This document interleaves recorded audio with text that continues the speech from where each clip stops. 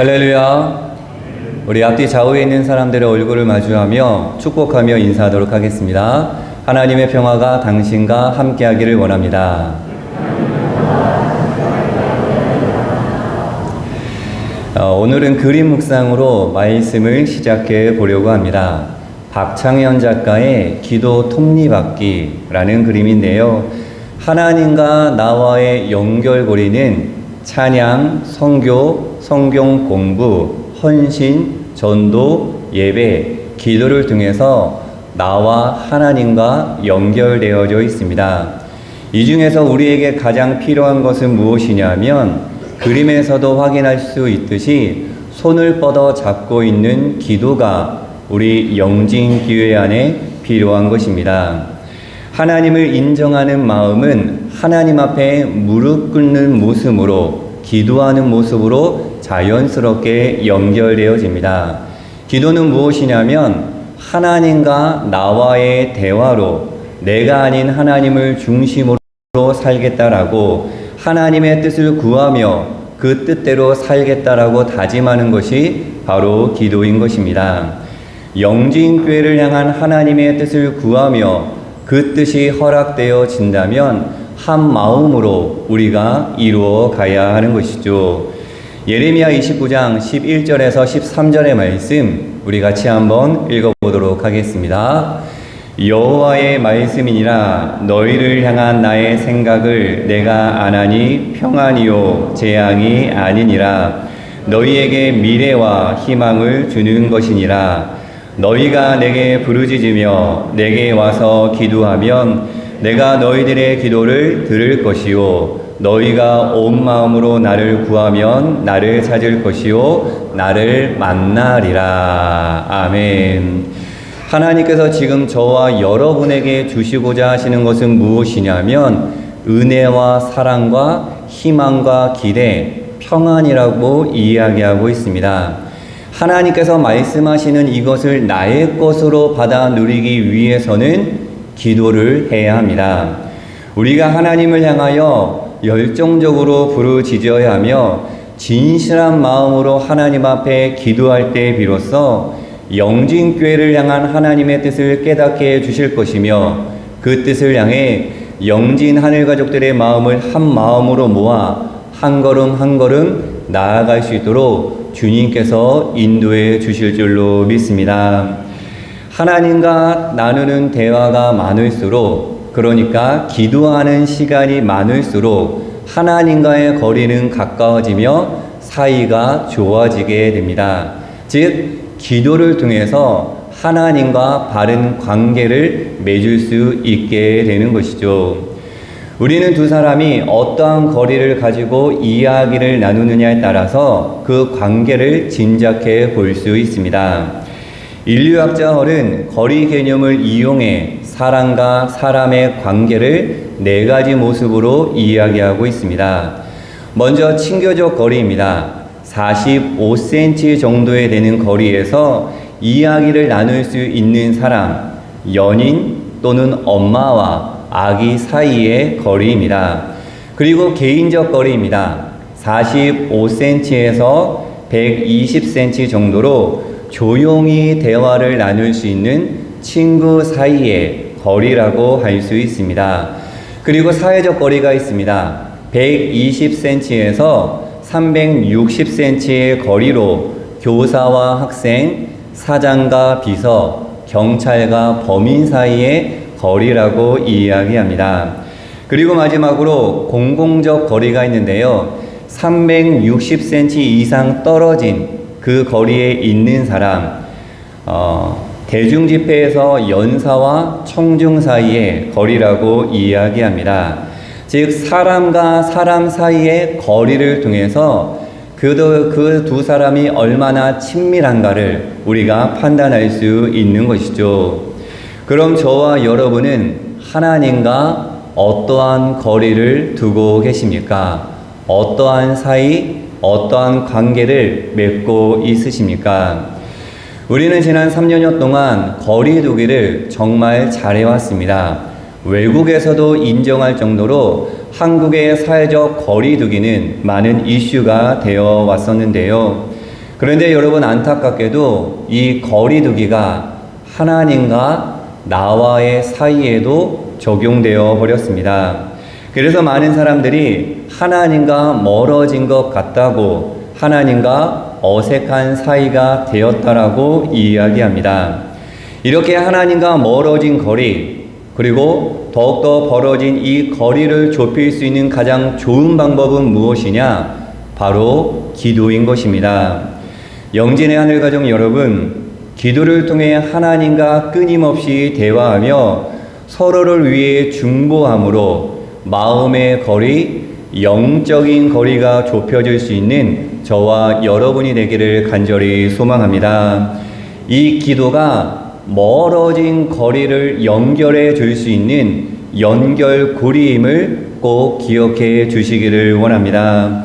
기도의 사람이 되어서 하나님과 어색하고 하나님과 거리가 먼 사람이 아니라 하나님과 친한 사이, 영진 하늘가족들 서로 사이가 더욱더 친해지기를 예수님의 이름으로 간절히 축복합니다. 우리 오늘의 말씀 제목을 같이 한번 읽어보도록 하겠습니다. 툭툭 치는 우리. 다시 한번 툭툭 치는 우리. 우리 옆 사람을 한번 이렇게 툭툭 쳐볼까요?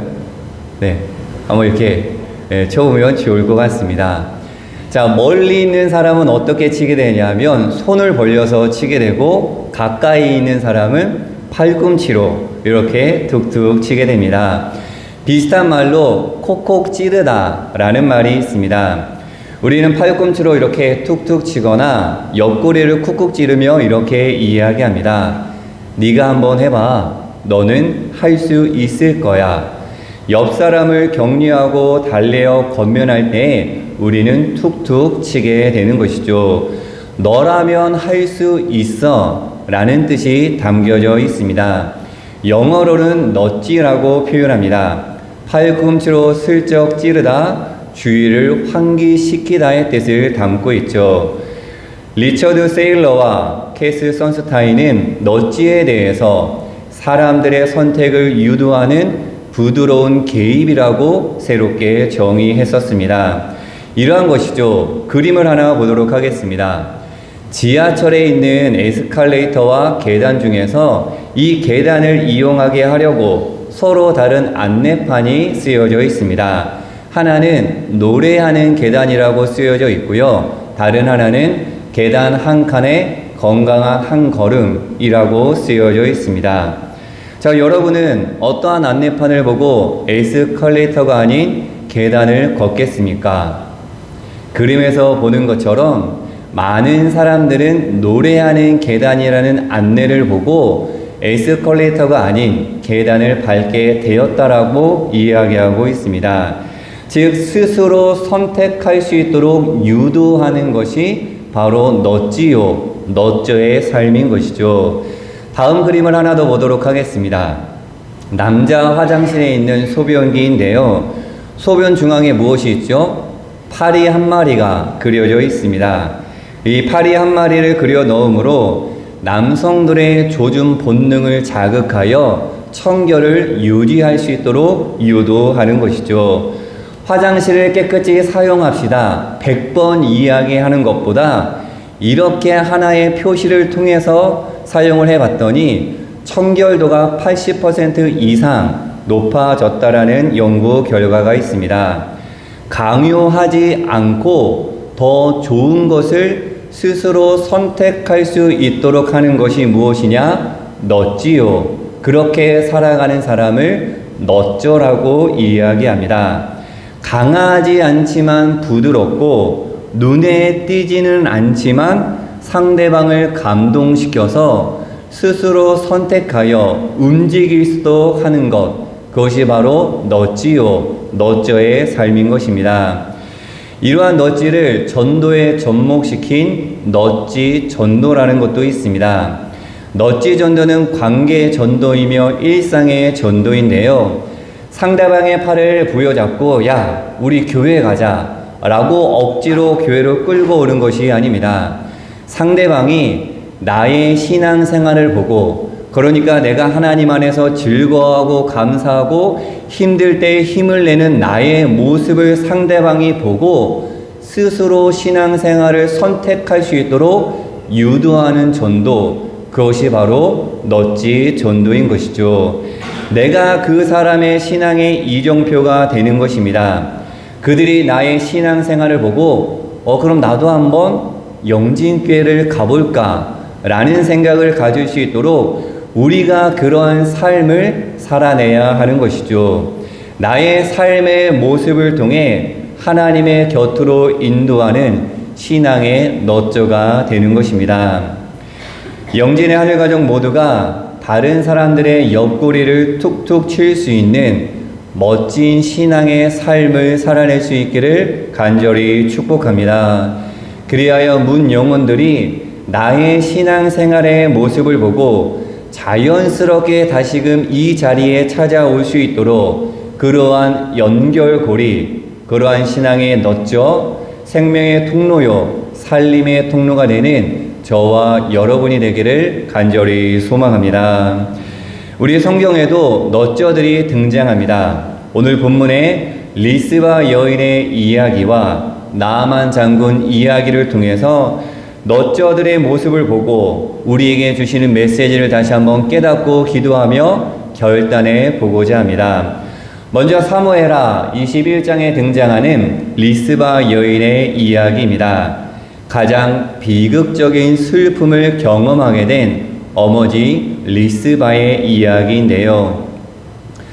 다윗 왕의 시절이었습니다. 3년 동안 계속해서 나라에 기근이 들어 사람들이 너무나 힘들어하고 어려워하는 상황이었습니다. 몇 년 동안 기근이 있었다고요?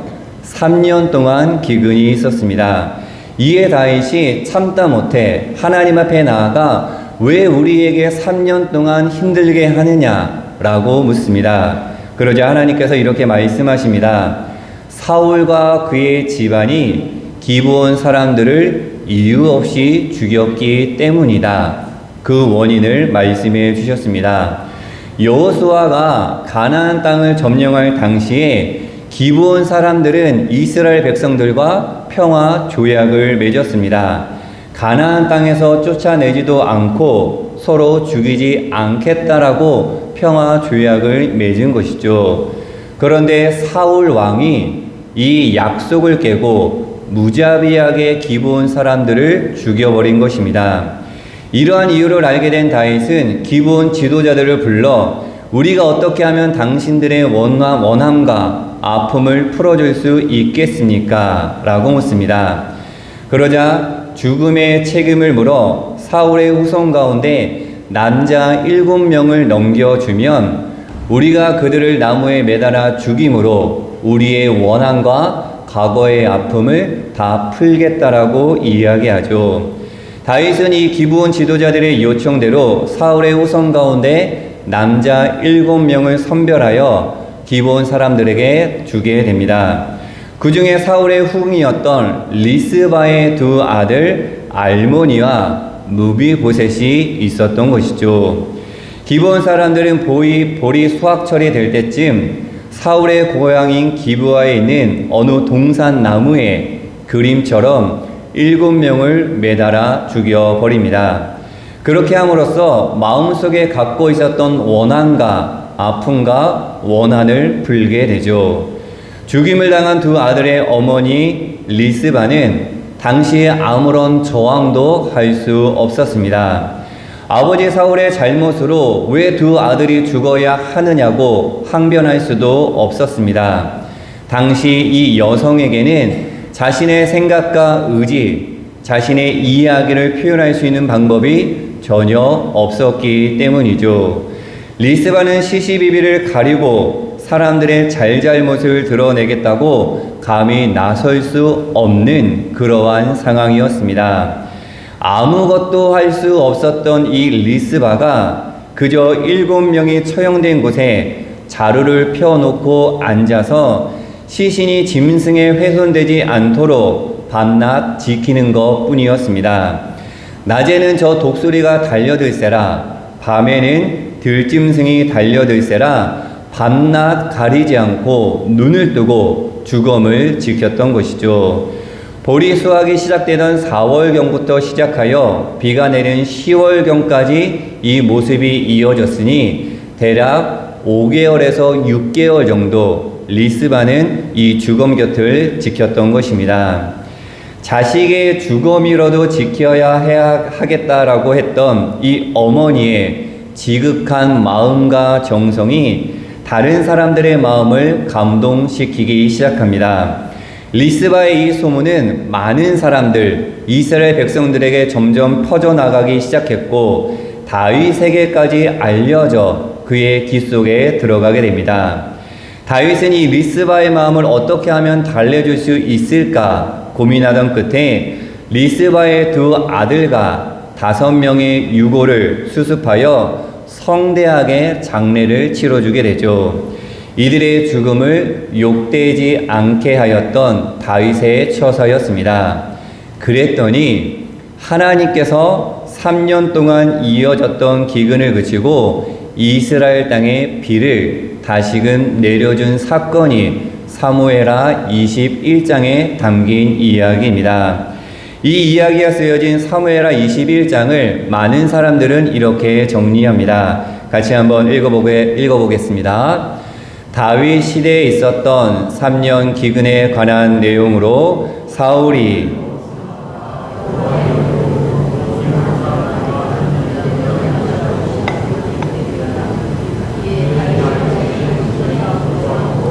하나님의 징계가 그쳤다라고 이야기합니다. 어디를 봐도 리스바의 이야기는 등장을 하지 않습니다.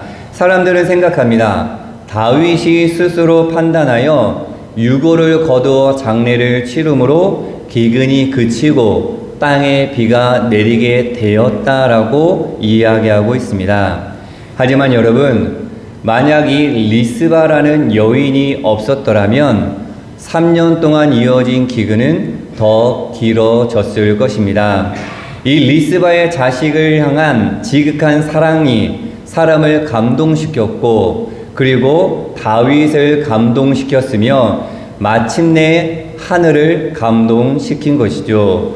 리스바는 다윗이 죽음을 거두어 장례를 치를 수 있도록 그 일을 다윗이 스스로 선택할 수 있도록 리스바는 다윗의 옆구리를 이렇게 툭툭 쳤던 내저라고 표현할 수가 있는 것입니다.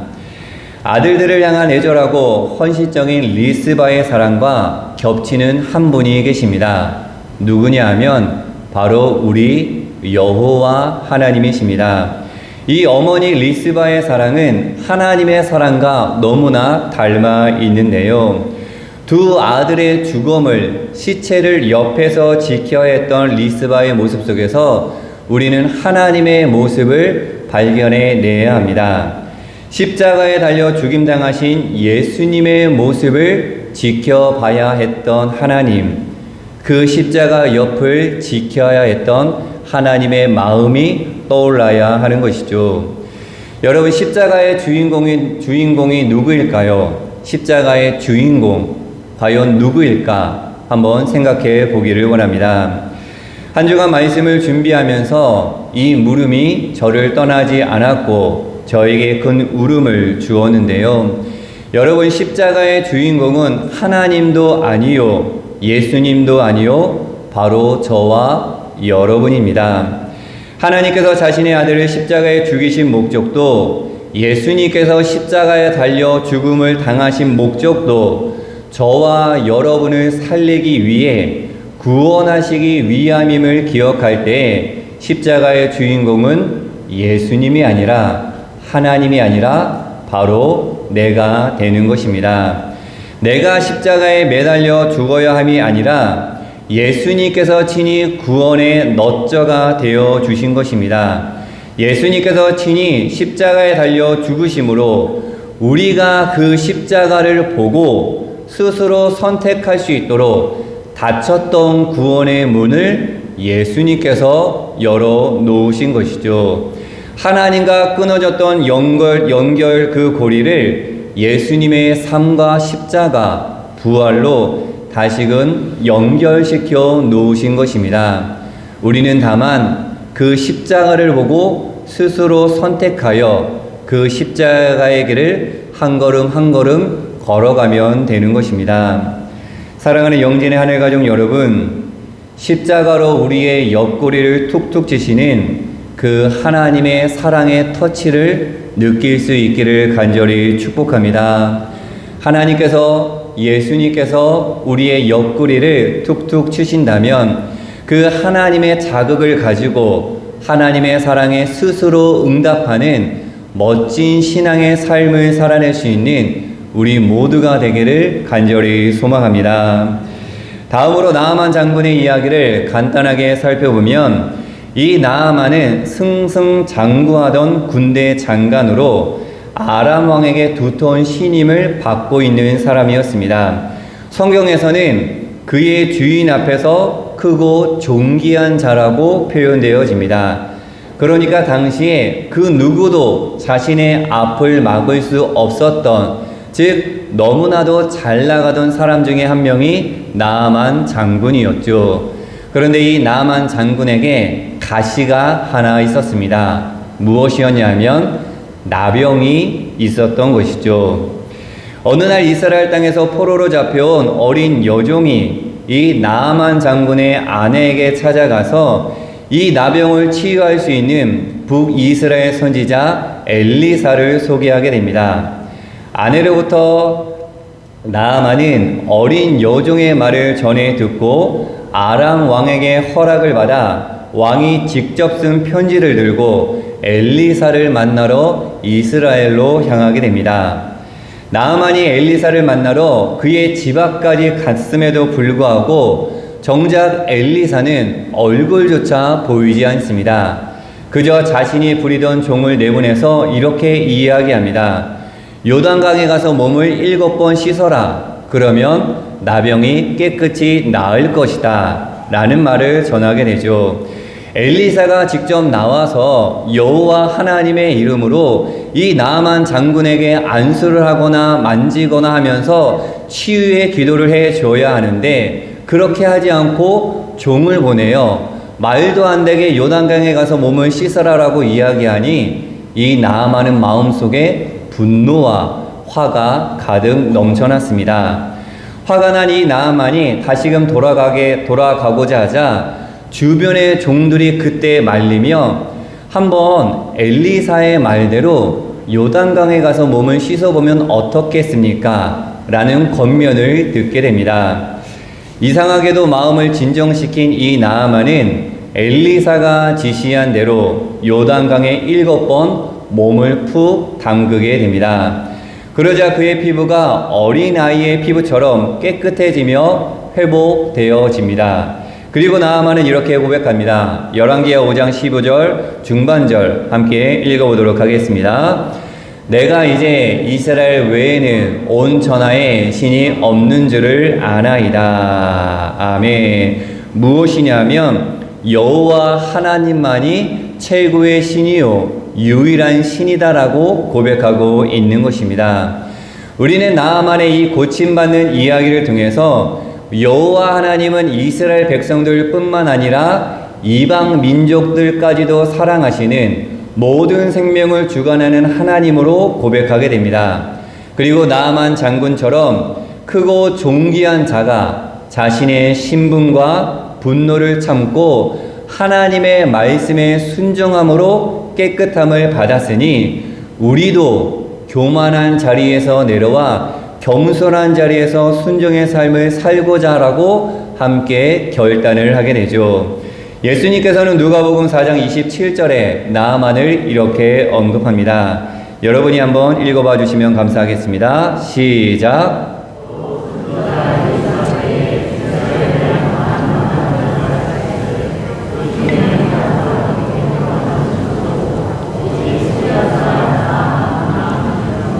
아멘. 오직 나아만 뿐이었다라고 성경은 이야기하고 있습니다. 이런 나아만이 있기까지는 나아만의 옆구리를 쿡쿡 찔렀던, 옆구리를 툭툭 쳤던 사람들이 있었습니다. 이스라엘에서 잡혀온 어린 여종이 있었고요. 그 어린 여종의 말을 전한 나아만의 아내가 있었고, 그리고 분노와 화가 차서 그곳을 떠나려고 할 때 그의 마음을 진정시키고 격려했던 종들이 있었습니다. 어린 여종, 아내, 종들, 이들이 이 중에서 한 사람이라도 자신의 역할을 다하지 못했다면 나아만은 성경에 기록되지도 예수님께 언급되어 칭찬을 받지도 못했을 것입니다. 나아만을 나아만으로 만들었던 어린 여종, 아내, 종들, 오늘의 말씀 가운데서는 나아만의 너저가 되었던 것이죠. 그리고 주목해야 하는 것은 이들은 당시 사람 취급도 받지 못했던 사람들이었습니다. 어린 여종이었고 아내였고 종들이었습니다.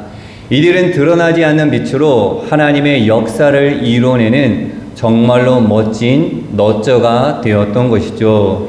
여기서 우리는 희망을 가질 수 있습니다. 우리가 잘나서가 아니라 하나님을 신뢰하는 믿음으로 살아간다면 우리도 하나님 앞에 기억되어질 수 있는, 누군가를 살려낼 수 있는 생명과 은혜의 통로, 너저가 될 수 있다라는 것이죠. 사랑하는 영진의 하늘가족 여러분, 저와 여러분이 다윗 그리고 나아만과 같이 드러나는 사람이 아닐지라도 이 리스바처럼, 어린 여종처럼, 나아만의 아내 그리고 이 종들처럼 드러나지는 않지만 빛나는 사람이 되어주시기를 간절히 소망합니다. 하나님과 우리의 관계를, 서로의 관계를 연결시켜주고 회복하는 연결고리가 필요합니다. 팔꿈치로 옆 사람을 툭툭 치며 격려하고 달래어 일으켜 세워야 하는 너지의 모습이 우리 가운데 있어야 하는 것이죠. 여러분, 세게 치지 않아도 됩니다. 큰 소리로 이야기하지 않아도 됩니다. 사랑의 마음을 품고 성령 하나님의 감동으로 그 사람에게 다가가서 옆구리를 툭툭 치면, 옆구리를 톡 이렇게 꾹꾹 찌르면 하나님께서 역사해 주시고 하나님께서 인도해 주셔서 우리의 그 감동적인 터치로 그들이 세워지고 그들이 회복될 줄로 믿습니다. 우리 영진 하늘 가족들 가운데 다시금 회복돼야 할 영혼들이 참 많이 있는 것 같습니다. 사랑하는 여러분, 그들에게 찾아가 주셔서 너저가 되어 주시기를 예수님의 이름으로 간절히 소망합니다. 나아가 기도하길 원합니다. 저와 여러분 모두가 기도의 너저가 되어서, 기도의 톱니바퀴가 되어서 서로를 이어갈 수 있는 연결고리, 하나님과 더욱 깊은 관계로 나아갈 수 있는 너저의 삶이 되는 영진의 하늘 가족들이 되기를 예수님의 이름으로 간절히 축원합니다. 함께 기도하도록 하겠습니다. 하나님 앞에 무릎 꿇고 기도하겠습니다. 온 마음으로 하나님을 찾고 기도하며 하나님의 인도하심에 따라 순종하겠다라고 결단하는 영진 하늘 가족들의 삶의 자리와 영진 교회에 새로운 일들이 일어나게 하여 주시옵소서. 우리의 곁에 찾아오셔서 팔꿈치로 툭툭 치시는 예수님을 외면하지 않고 그 예수님의 터치에, 예수님의 부르심에 응답할 수 있는 우리의 삶이 될 수 있도록 인도하여 주시옵소서. 성령의 충만함으로 사랑의 기도의 연결고리가 되어 하나님과 관계를 회복하는 통로, 서로의 관계를 회복하는 영진의 하늘 가족들이 될 수 있도록 축복하여 주시옵소서. 하늘을 감동시키는 믿음의 너저들이 되게 하여 주시옵소서. 모든 걸 이루실 하나님을 신뢰하며 예수님의 이름으로 간절히 기도하옵나이다. 아멘.